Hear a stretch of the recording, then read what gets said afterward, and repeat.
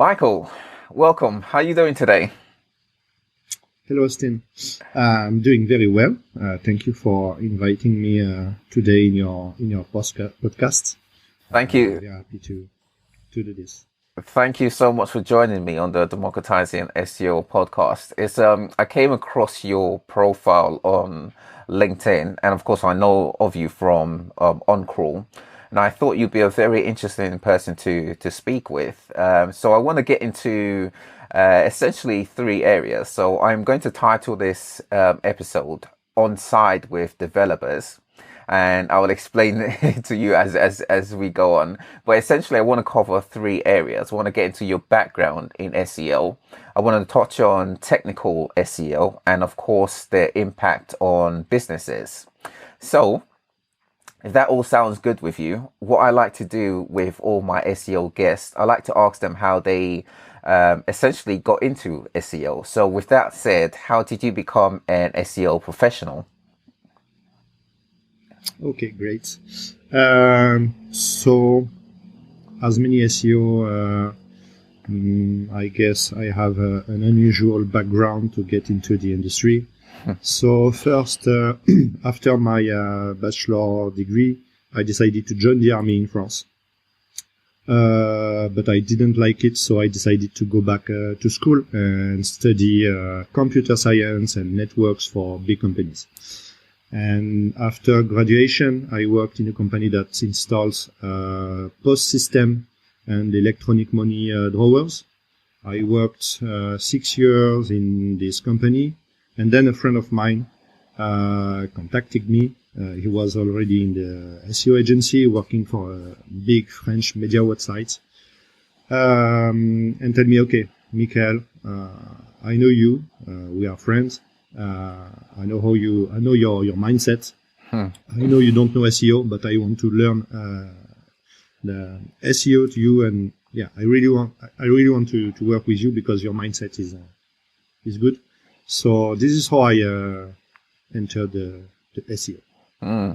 What was it? What is it about your mindset? What do you think he thought about your mindset that made you think SEO would be perfect for you? I'm always curious. I'm always happy to learn new things. And I guess this is something really important in SEO.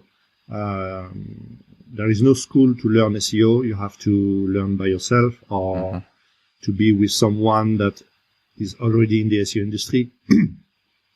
And you have to test every time.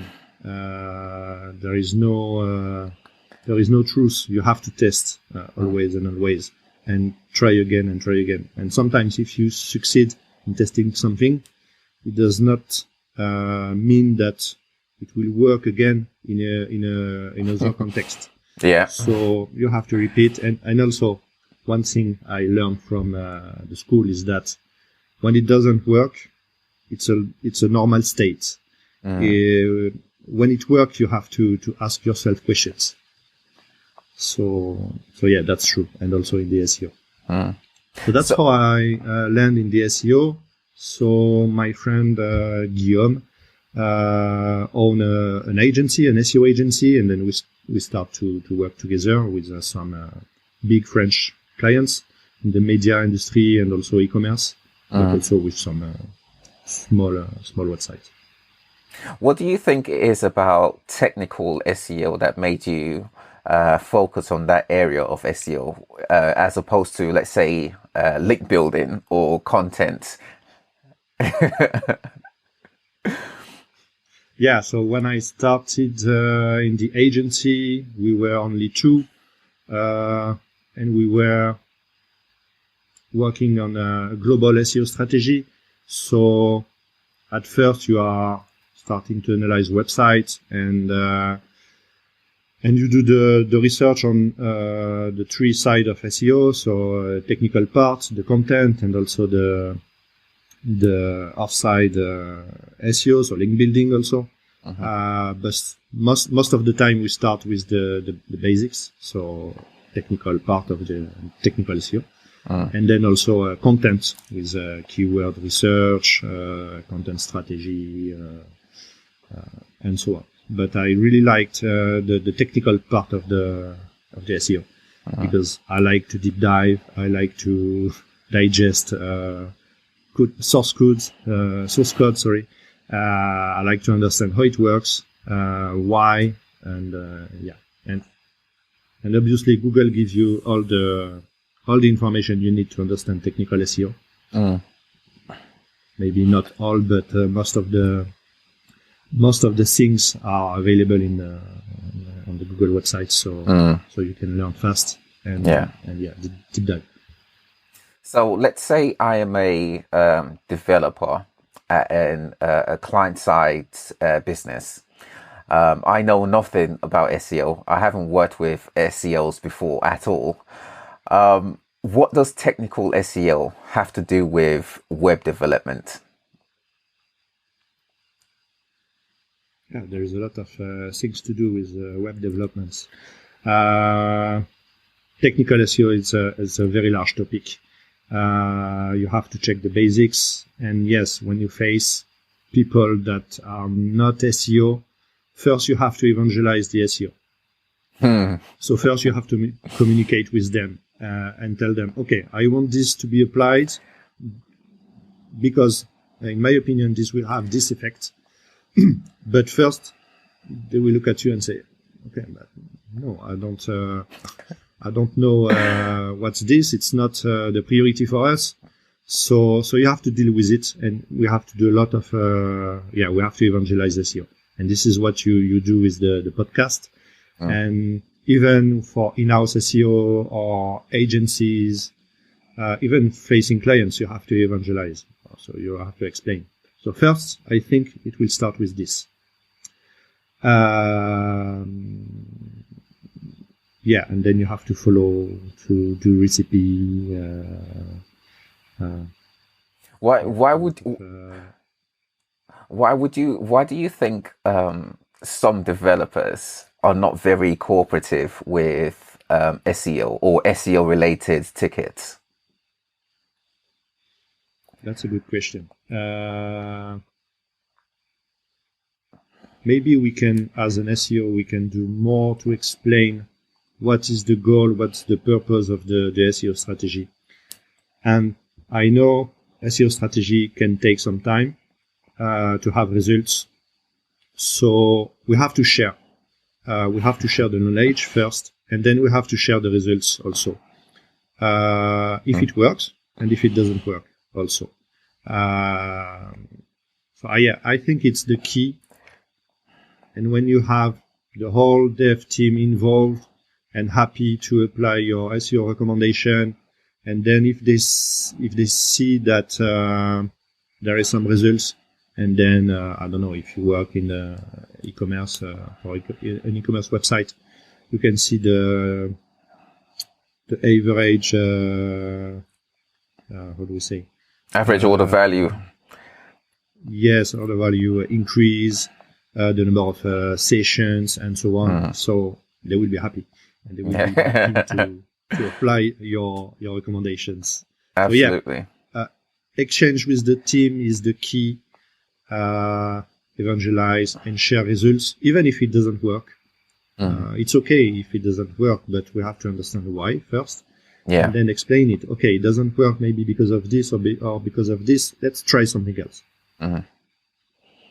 Yeah, SEO is an interesting one because we're very new as a department, right?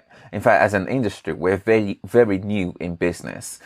And I find that the way we communicate is not necessarily on par with where it should be or where other departments or other industries are.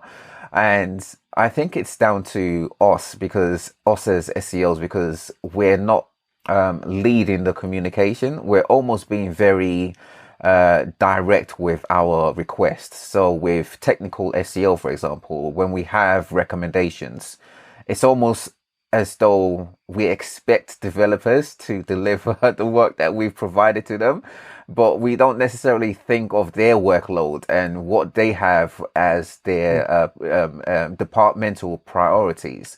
And I find with technical audits, sometimes we can also be quite prescriptive with what we're providing as a solution. And that sometimes I found rob developers the wrong way. What's your take on technical audits? Do you think it's better to be prescriptive or to be more collaborative with developers? Yeah, the collaboration is the key also. I saw many SEO audits where you have the list of recommendations, do this, do this, do this, do this. But they don't know what is the workload of the dev team, if they can do it, if there is what's the technology behind the website, is it too complicated to be in place, yes or no? So when I run an audit as an SEO consultant, or when I was in the agency, we had a methodology. So first we list all kind of recommendation, but without going in depth in the recommendation. And then we share with the client and the marketing team also and the dev team. And then they will just have their column to say, okay, this, I will put the effort for this recommendation. So we'll give a bit of recommendation, how to do it. And then they can say, okay, for us, it will take us maybe 1 day or maybe 2 hours, 2 hours to put this in place. Okay. So then the marketing team will say, okay, but this, we don't agree with this. We should do it like this. Okay. So we'll have like colors or we'll put efforts in front of each recommendation. And then then we can highlight, quick wins, and we can highlight also, stuff that, dev team will do, basically. So, it's not necessary to make a recommendation if you are not sure that the dev team will be able to do it or to apply it on the website. It does not make sense. So don't work for nothing. Be sure to work for something that you will be sure it will be applied. So, and in this way, so the dev team will be happy to put your recommendation in place. So it was our methodology. Basically work with them, ask them, okay, what's the workload for this? Can you easily put this? Yes. Okay. So let's do it. And we will, deep dive in the recommendation and give you, all the methodology to do it. So yes, we need to work, in a collaborative mode with the developers. An interesting question I once received from a web developer, and I'm going to pose it to you the way he posed it to me. What the hell does log files have to do with SEO? That's a good question, because when they have to extract log files and put the logs into a bucket or FTP, that's a mess. Sometimes it can take an hour, and sometimes it can take a week or a month to get the logs. So most of the time, they first ask, why do you want the logs? Because it's complicated. Is it mandatory? It's mandatory. For big websites, I would say it's mandatory to analyze search engine behavior on your website, but also users' behavior on the website. And I mean users coming from a search engine. And in Oncrawl, we are using a lot, a huge amount of logs data every day. So we can see very interesting things. So yes, you will be able with the logs to say, okay, Googlebot visit your website, but is there an issue? What's the behavior of Googlebot on your website? Is there a part of the website where there is an issue? And also on the user side, because we have access to the SEO visits. So a user that comes from a search engine that land on your website. So we can track this and we can analyze, okay, Googlebot spend the most of the time on this part of the website, but this part of the website drive the most of the traffic. So there is an issue somewhere because Googlebot is interested in this part of the website, but your users are there. So there is an issue. And yes, regarding the technical part also, we can see really strange things in the logs. So that's mandatory for large websites. So a follow-up question to that then is, and I think at the time the developer asked me that question because one, he wanted to push back on SEO work because he thought essentially it will be more work for him and his department, right? So with log file analysis, who is responsible for that? Is it developers, SEO, or a bit of both? What do you mean responsible for providing the logs, or? Both providing and let's say analyzing it, particularly analyzing it. So I will say the SEO team is responsible for analyzing it. The dev team will provide the logs, the right logs from everywhere, not only from the server, but from the cache, from the front, from the CDN or whatever. They have to provide the full logs. And then it's our responsibility as a SEO to analyze them and to check if there is something strange, something that we can improve in the logs, or in the crawlability, the discoverability of the website, and understand, okay, why Googlebot is having this behavior on my website. It's not supposed to be like this. I need to understand and then to fix it. And then, okay, then I will give some technical recommendation to the dev team. We will work on it.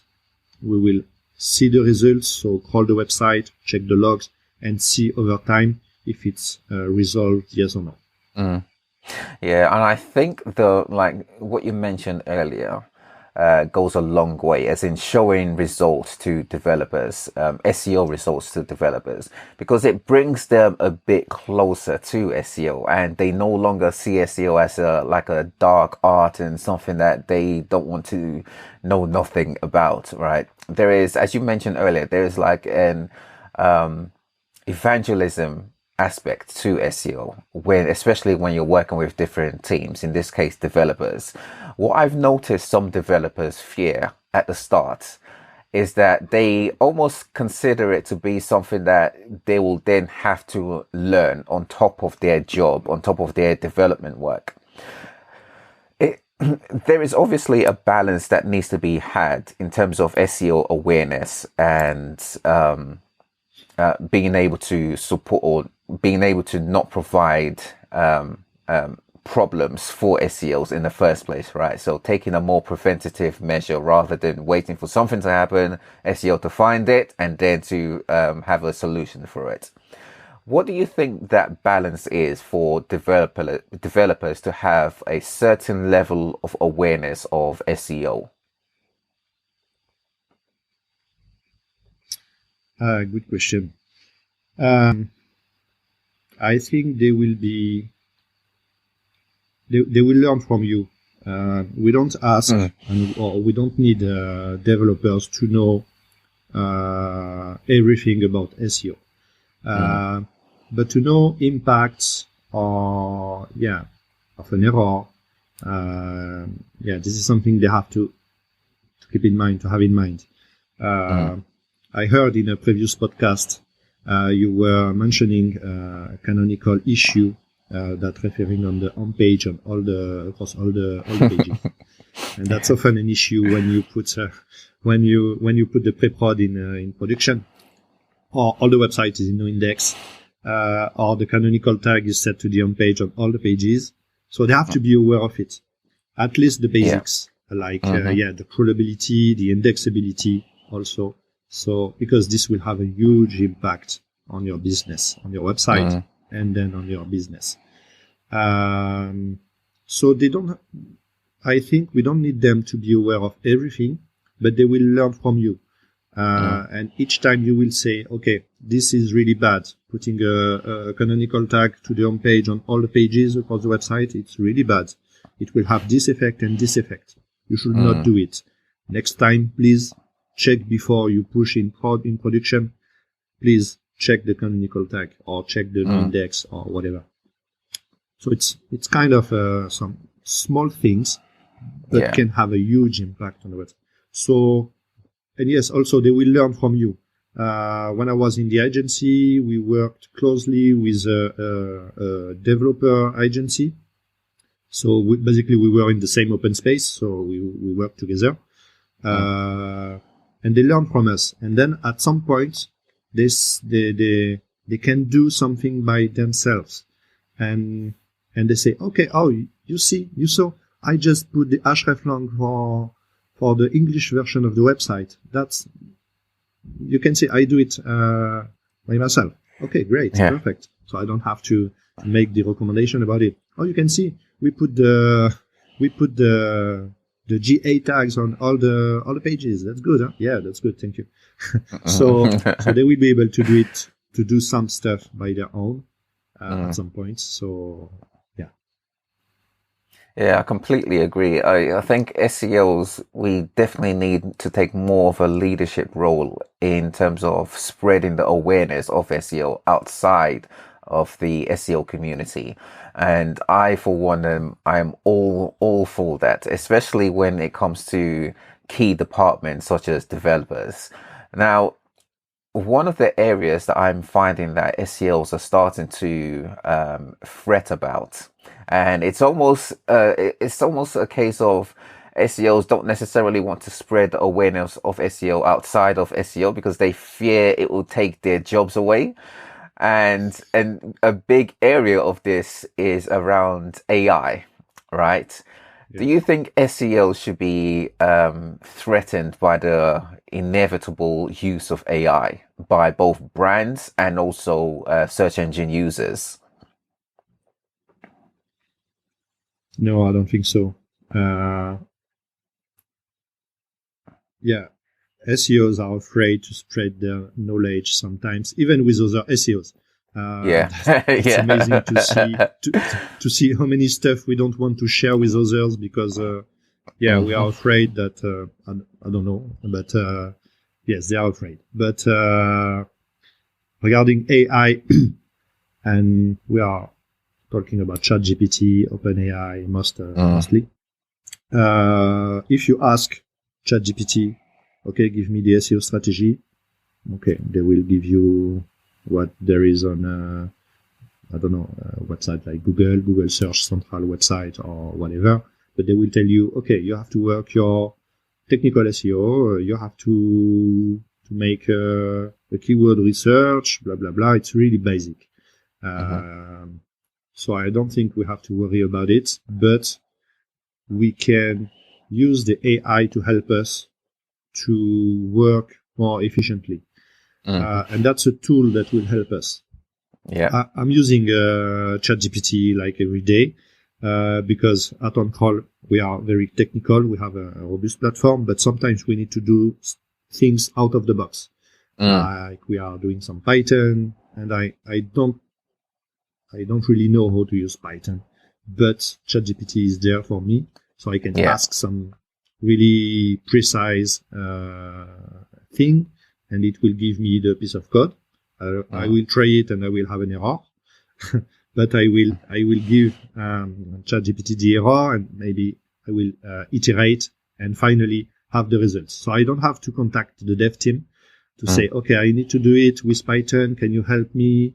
Or I don't have to read all the libraries and so on. So that's a tool that will help us and not steal our job. So no, they won't replace us. They won't replace the dev team, but they will help us and they will make us more efficient.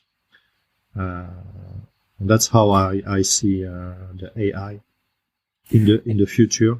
So very interesting. Yeah, I completely agree. I think it's so far I'm seeing it to be a very useful tool when it works, because there are some times where it doesn't work or offers the incorrect information. But I think it's going to be like a nice aid to people who already know what they're doing, and it's almost like a third arm, so to speak, and you're able to utilize it to speed up one's work. So yes, it's I find it very useful as well. Although I'm not using it as much as I've seen some SEOs use it, because I still think I am hoping the fourth version or fourth iteration, version 4, whenever that comes out later this year, is a lot better, because 3 is still quite buggy, I find.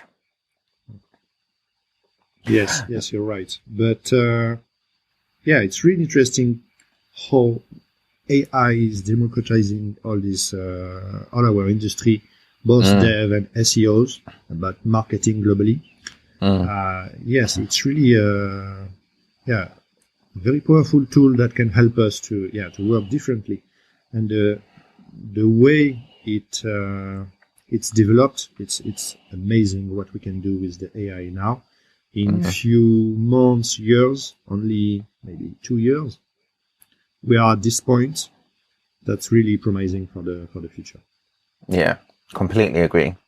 Now, let's move on to the impact tech SEO has on businesses. Some brands are able to resolve their SEO, tech SEO issues. Some brands struggle with their implementation.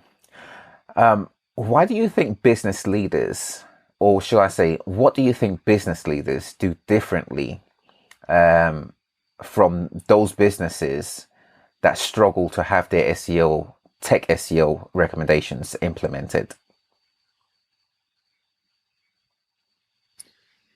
Good question also. The reason I ask this is because you can almost see by looking at the SERPs, right? You can see there's certain key brands, right? And after a while of looking at the SERPs, let's say within the retail sector, you can see that, okay, these guys, they're taking care of their technical SEO. So they must have something switched on internally, right? And other brands, they are either not taking care of their SEO, neglecting it completely, or they're using workarounds. And I find that workarounds is sometimes quite a big issue for businesses.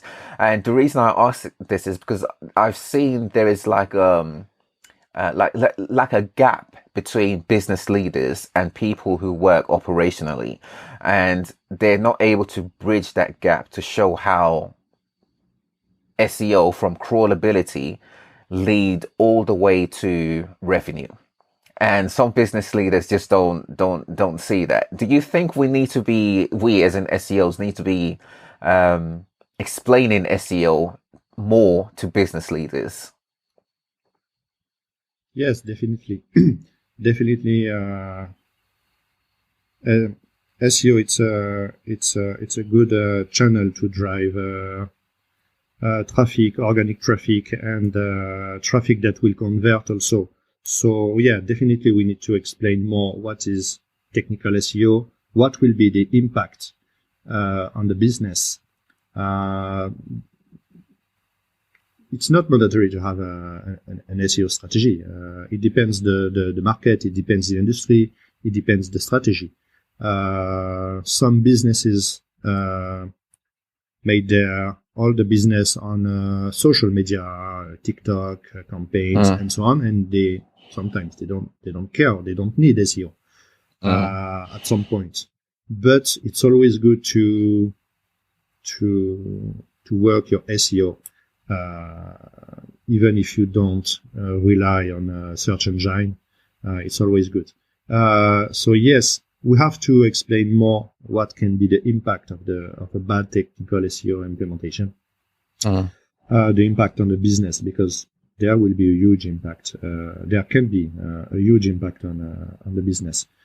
Recently, I worked with a client at Oncrawl, and we are facing a de-indexation issue.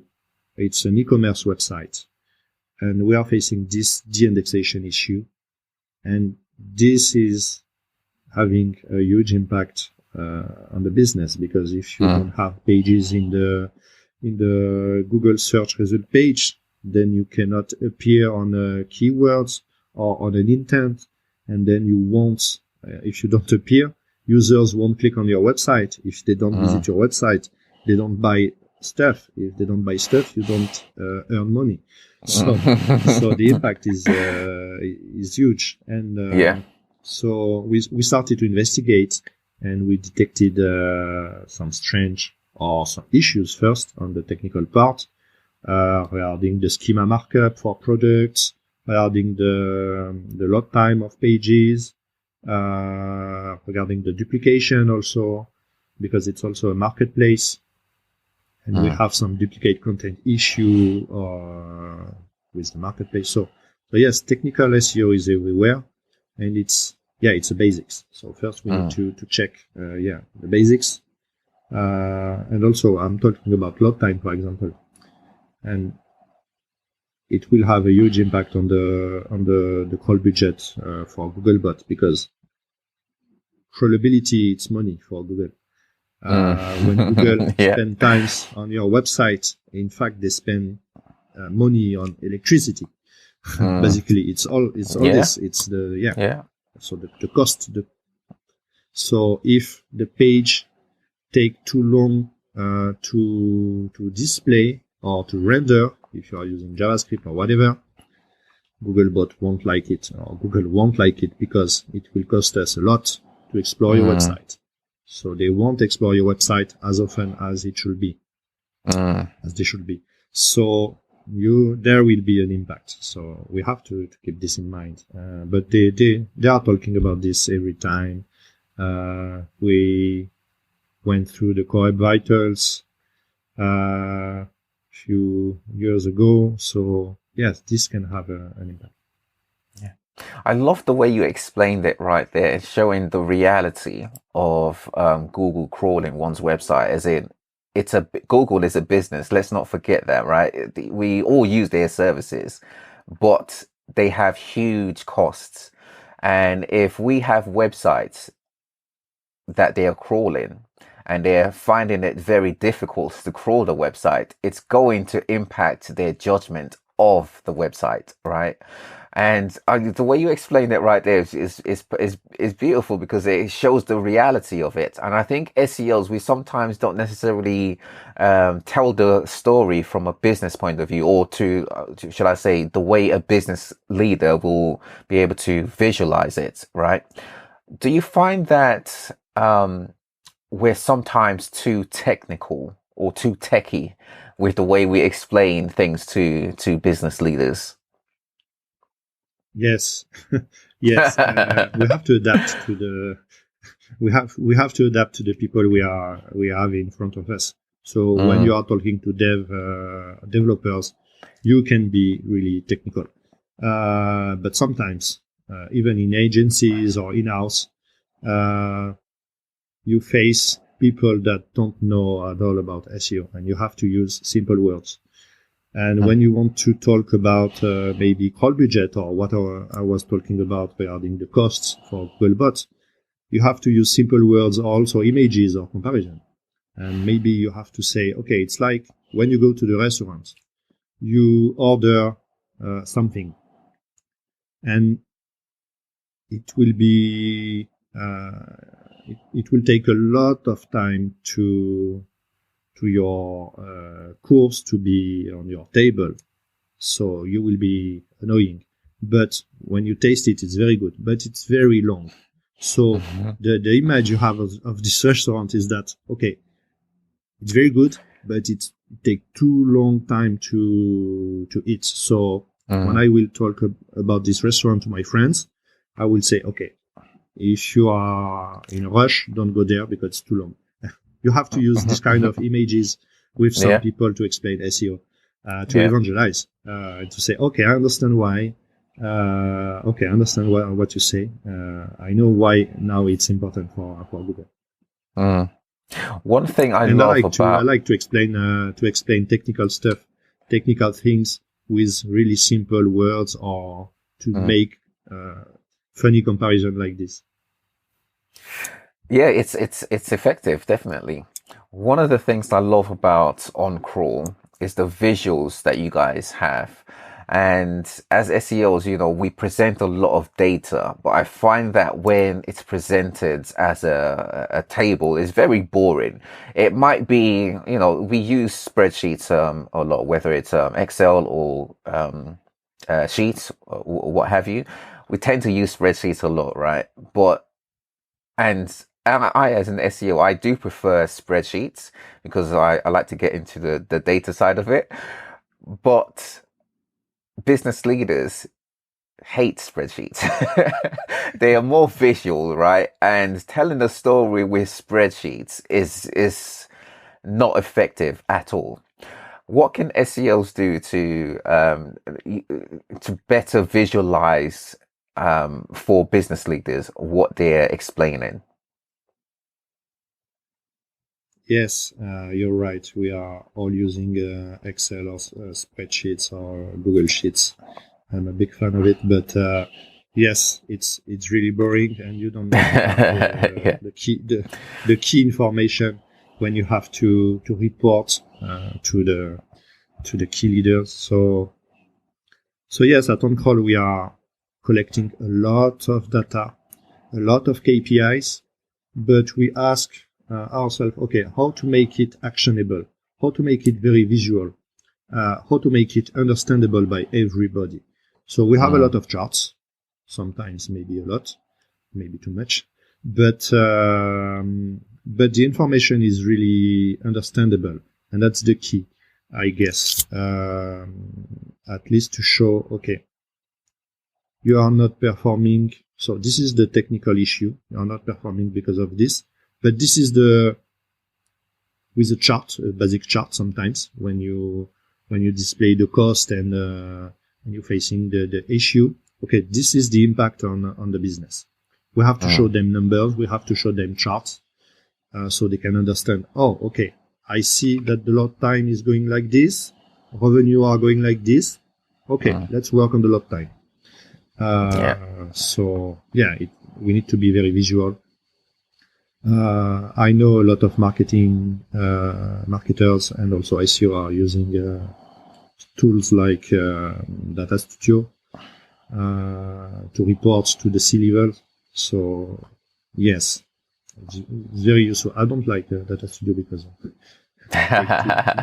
too much time to process the data, but it's very powerful because we can plug a lot of third-party or external source into it and share with stakeholders, C-levels, and make them understand, okay, this is what we did maybe a few months ago, and this is the results, because sometimes they also want results now. And they don't understand, okay, but you changed this, we changed, we improved the load time the previous week. Where are the effects? Why we are not getting indexed now on Google, and I cannot see the revenue increase. So why? And we have to evangelize and say, okay, it can take some time, blah, blah, blah. So yes, reporting like this can help us to evangelize. Okay. I've spoken with a number of SEOs who work client side, and they work client side for mid-tier businesses, and they say that a lot of their technical issues have hit a wall because they essentially do not have a solution for it. And because they have to deliver on SEO, they stay away from technical SEO because they're not able to completely do technical SEO right to the fullest. So they focus on other areas instead, areas that they feel give them quick wins or quicker wins. And because of this, it's almost like a neglect of their technical SEO until there is a problem. And then it's all hands on deck, right? What do you think businesses can do to prevent a technical SEO problem from occurring in the first place? So, first we have to be aware of the problem. If we are not aware of the problem, we cannot say that there is a problem, especially regarding the technical SEO. So if you use a crawler like us or Screaming Frog or whatever, you will cover most of the technical part of the SEO. So it will help you, using tools or to check basics sometimes. So when you push a new feature in prod or in live, you have to do the recipe or check the basics. So having a tool will help you to be more efficient. Or you can also rely on external agencies just to focus on the technical SEO and just to ensure that, okay, we just push this release, this new part of the website. We just want to confirm that everything is okay regarding the technical parts. But at least having a tool that will help you to highlight key KPIs regarding the technical SEO. It's a plus when you are not really technical. So with Oncrawl, tell me a bit more about the tool itself. What sort of capabilities does it have? First, when I joined Oncrawl, I was impressed by the technology, the guys, the team working here. It's really impressive when you are on the other side of the story. You see how it works, and then you understand. Okay, we are using this technology. We need to scale up because we have to crawl really big website with 100 of million pages to explore, to retrieve, to render the JavaScript and so on, to collect data, to calculate hreflang or duplication or whatever. So when you see the technology, then you understand what Google is doing or is trying to do, and you understand, okay, on the Google side, it's really, really big. So they cannot index all the websites across the world because it's too big. So this is why in the past we were talking about indexing issues. There is no issue. It's just that Google cannot store every single page now. It's too big. So they have to choose. So there is no issue about indexing. At Oncrawl, what can I say? It's a robust crawler. We can crawl at 100 pages per second, up to I would say 300 pages per second, even with JavaScript render. You can also have a log analyzer, and you can combine different sources, data from the crawler itself, but also you will plug the logs, you will plug Google Analytics, you will plug Google Search Console. You can scrap data on the website, so you can have new KPIs to analyze. And then you can also ingest third-party data with basic CSV files. So it's really complete, and that's amazing, to work with the team here. And I have the chance to work with leaders websites on all industries across the world.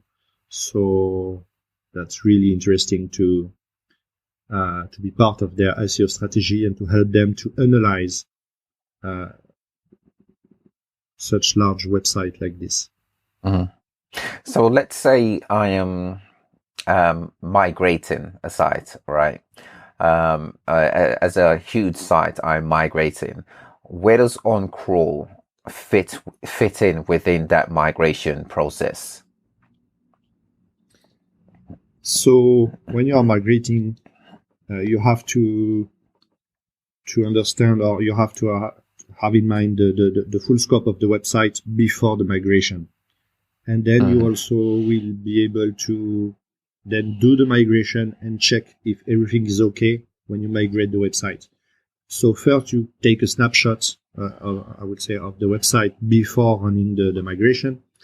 to have everything, like the sitemaps, crawlability, the depth of all the pages, the links, in links, out links, the page rank of all your pages, and then you do the migration, and then you crawl again the website to check if everything is still there. Do I have the same number of pages? What is about the crawlability? Do I have pages deeper in the structure than before, or did I gain in terms of crawlability? And also regarding the internal page rank, the popularity of each page. What is the impact of what we did with the team and with the migration? And do you still have technical issues, or did you resolve stuff you had before? All these questions we can answer with Oncrawl. And also if you change the URL structure, obviously this is something we are checking with spreadsheets, and also a crawler. You have to check your direction. So this can be done easily with Oncrawl. Do you find that? Sorry. Go ahead. I just wanted to say, so you can follow your migration with some easy steps, with some dedicated reports that will help you to identify, technical issue or quick wins that you can easily fix. Do you find that it's mainly or only SEOs that use Oncrawl? The reason I'm asking this is there's usually a question of, if we, from within businesses, if we have a tool such as Oncrawl, who has ownership of the tool? Where does the tool sit? Is it developers, SEOs? Is it a shared login? Who tends to own Oncrawl as a tool within businesses? So definitely, I will say it will be in the hand of the SEO team. If you have an SEO team, they will use mainly the tool because it's really technical. You have actionable data, but we are seeing that some companies want to put other departments in the loop and using Oncrawl also. So some marketers are using Oncrawl because we have some reports based on keywords and so on, so they can use it to track keywords, position, performance of let's say the blog or this part of the website regarding the content or the average position, the traffic, and so on. So yes, we have more and more non-SEO people that use Oncrawl, but at the beginning it was designed for tech SEOs. Because we have a lot of data, and when you master it, like other crawler, we are talking about Oncrawl, but it's the same for other crawlers. When you master it, it becomes easy to do an analysis or to detect things that you won't be able to see without a crawler or without a log analyzer. If you just go on the website and check the basics, you won't have this capability to check with the large picture. Even now, with spreadsheets. Yeah. Now I've got to ask about this question because I know a number of people will have it in mind, and it's a popular question within SEO. Where does technical SEO sit in terms of importance against or with content and link building? That's a good question. We need to. I don't know if we can say that there is a priority. This is all part of the same strategy, and I will say SEO globally, technical SEO, content, and link building. To build links, you need to have content. To work also on the technical part, you need to have content. But to have a good content, you need to have a good technical SEO, and you have also you need to have some backlinks also to perform. So it's all working together. Maybe it will be easier to, and you talked about it just before, it will be easier to start working on the content and then link building. And when it comes to technical SEO, maybe some SEOs don't want to, don't talk me about technical SEO, but it's really important to have the three pillar of the SEO working together. Yeah, I completely agree. It's all great having content on the site, but if the content is not findable, it's almost useless. Or if Google is having a hard time finding the content, then why will they continue to recommend your site to users? And let's not forget, I think marketers, we almost take it for granted that Google recommends us within the SERPs, right? We're targeting Google's users. They're there initially for their users. And if we're not supporting them in servicing their users, they're not going to support us because they don't have to provide our site as a recommendation. And in all honesty, the SERPs is a recommendation, right? It's a recommendation to Google's users, and we're aiming to attract Google's users when we're in the SERPs. It's always interesting to me that people almost view SEO as the free channel, so they take it for granted that way. But all areas of SEO is important, including technical. With technical, I would say being the foundation of it. Yeah. Now, I just wanted to say this, that technical SEO is like the foundation of your house. You don't build your walls on bad foundations. Exactly. Now, within the SEO community, what would you say frustrates clients or brands, I should say, about technical SEO? Maybe it's too technical, obviously, to be part of an easy strategy, but and this is our job also to evangelize. We have some SEO consultants that made some courses, really good courses. There is a lot of events also, so we can participate. I had the chance to participate to Brighton SEO and to give a conference. And there is a lot of talents in all these events. So I encourage every brand, every marketers, every also C-level to participate in this kind of conference and events. Because there is a lot of talents, a lot of share also in these events. And we can exchange with SEOs, talk with them, and most of the SEOs are keen to share or to help you, even for free. If you have an issue, I can call another SEO and tell him, okay, I have this issue. Can I have your thought about it? Yeah, they are always keen to help. So don't be shy. Feel free to open you to open your mind to this kind of this part of the SEO. Mickael, thank you so much for your time.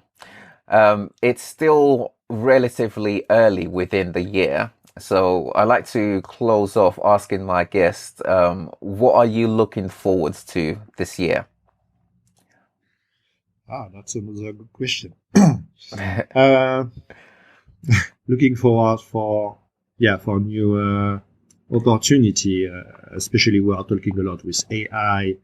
I don't know what will be the future for this for these tools.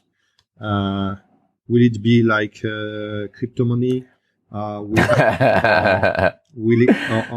it will survive? I don't know, but definitely I want to see it in the future.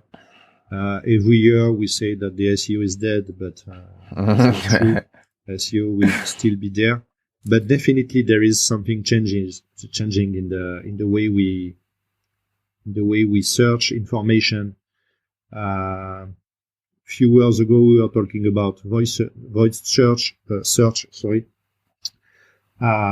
It's not such a revolution, but when I see my son using the phone to search something, he uses the vocal search, and he don't type anything on the search bar. So always using the voice. And when I see some other people using the voice, I can see that, okay, there is something changing the way we are looking for information. All the vocal assistants also we are using, Alexa, Google Home, maybe change a bit the way. So it will take some time. But also with ChatGPT, it's completely different. We are like talking to a friend and not doing research with keywords. We did it because Google uses this to provide you answers. So we get used to use keywords and not phrases. But now with AI, we are talking and not using keywords. So looking for how it will be in the future.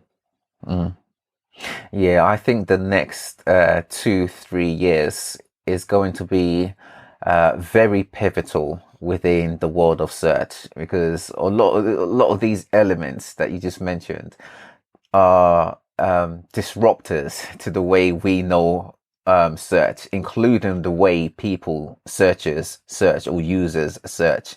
So yeah, the next couple of years is going to be very, very interesting indeed. Mickael, thank you so much for your time. Where can people find you online? You have maybe my LinkedIn profile or Twitter. I'm really active on Twitter. So yes, they can reach out if they want to talk. We will be at Oncrawl will be at Brighton this year, I guess. So we'll have a booth, so you can also say hello. So thank you, Austine, for inviting me. I'm really happy to be part of your podcast. Pleasure. Thank you so much, Mickael. Have a great day, and we'll catch up again soon. Yeah, thanks. You too, mate. Cheers. Bye now.